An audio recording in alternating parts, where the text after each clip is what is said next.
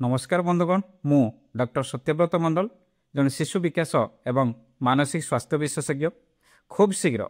आपण सहर संबलपुर को आसुअछि मोर क्लिनिक परी rehab and child development centre 15 October को अईठापाली बस स्टैंड पाखरे ओपन होगा जाऊँगी। जदि आपण पिला ऑटिज्म एडीएचडी सेरिब्रल पाल्सी बा स्पीच एवं कॉग्निटिव डेफिसिट इत्यादि कंडीशन आक्रांत अच्छी एवं आपण माने सबुकिछि थेरापी जेमितिक speech therapy occupational therapy sensory integration special education सबु देई किछि रिजल्ट सेमति किछि पाउ नाहंती तारे थरे मो क्लिनिक को विजिट करंतु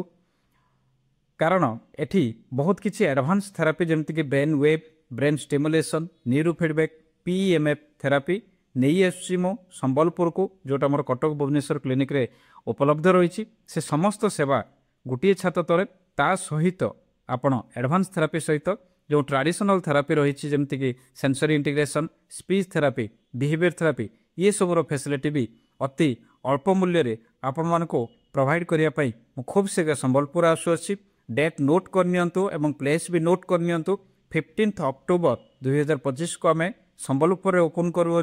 एवं 15, 16, 17 को सेठी मोर फ्री कंसल्टेशन रहिबो ता सहित समस्त प्रकार डेवलपमेंटल एसेसमेंट जोटा कि डिटेल फॉर्म रे मु आपण मानको संपूर्ण मागणार से प्रोवाइड करी। तो आपण पिला जो भी थेरापी नौना कहीं थरे आसिक आपण एसेसमेंट डेवलपमेंटल एसेसमेंट आपण निश्चित भाव में करने को चेष्टा करंतु एवं एडवांस थेरापीर निश्चित भाव में फायदा पिलार जीवन पाई उठांतु। रहिली धन्यवाद।